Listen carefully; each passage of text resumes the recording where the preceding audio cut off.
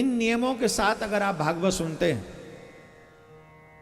तो आप जो भागवत से मांगेंगे आपको वो मिल जाएगा। जो मांगेंगे, मैं नहीं, ब्यासी कह रहे हैं। और आपको सनातनी होने के बाद अपने ब्यासी महाराज पर विश्वास करना ही चाहिए। नियम क्या है? पहला नियम, महाराज कथा प्रारंभ करें उससे पहले, महाराज अपनी व्यासपीठ पे बैठे उससे पहले हमें अपना स्थान घेर लेना है, अपने स्थान पर बैठ जाना है।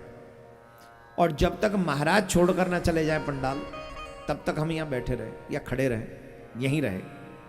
कहने का मतलब है जब तक ब्यासी ना आए और न जाएं तब तक हमें यहीं रह के उनका आदर करना चाहिए। दूसरा, जैसे दोपहर में 1 बजे से यहाँ कथा होगी, तो दोपहर में अगर गरिष्ठ भोजन आप कर लेंगे तो गड़बड़ होगी कि नहीं होगी?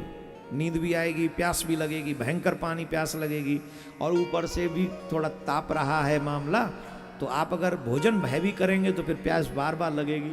ज़्यादा पानी पी लोगे तो स्थान भी छोड़ना पड़ेगा। क्या करें? सुबह भोजन हल्का करना चाहिए। कितने बजे भोजन कर लेते हो आप? 10 बजे।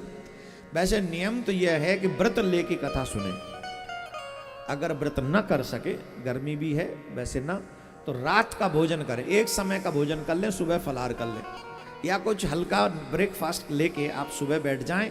हैवी भोजन दोपहर का सुबह का न करें, क्योंकि अगर आप हैवी भोजन करेंगे तो उससे आपको आलस्य आएगा, आलस्य आएगा, प्यास लगेगी और आपका मन कथा में नहीं लगेगा। तो इसलिए सुबह का भोजन हल्का करें, रात में खूब जम के खाएं जिससे अच्छी नींद आ जाए। ठीक।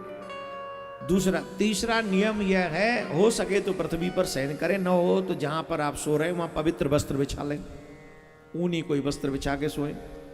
चौथा नियम यह है कि ब्रह्मचर्य का पालन करें। आज पहला दिन निकल गया है, शेष आने वाले 6 दिन में ब्रह्मचर्य का पालन करके रखें।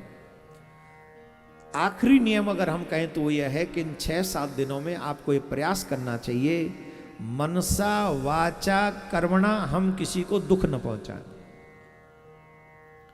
कथा सुनने वाले जिजमान को, श्रोताओं को एक नियम का पालन करना चाहिए कि हम ऐसा कोई कार्य, वाणी भी न बोलें, कर्म न करें, विचार भी न लाएं दिमाग में, जिसके कारण किसी को चोट पहुंचे, कष्ट हो, दुख माने। मतलब किसी को दुख नहीं देना है इन 6-7 दिनों में। अगर आप इन नियमों के साथ कथा सुनेंगे, मैं दावे से कह रहा हूं, आप 100% श्रीमद् भागवत कथा सुनने के बाद आप जिस इच्छा से कथा सुनेंगे, आपकी वो इच्छा पूरी होगी। अगर आप कथा सुनकर कुछ नहीं मांगते सांसारिक वस्तु, तो मैं दावे से कहता हूं आपको भगवत प्राप्ति होगी, और मनुष्य जीवन का सबसे बड़ा जो उद्देश्य है मोक्ष प्राप्ति, वो मोक्ष तक आपको प्राप्त हो जाएगा ये भागवत सुनने के बाद। ऐसे नहीं, जोर से बोलना पड़ेगा, और जोर से बोलना पड़ेगा।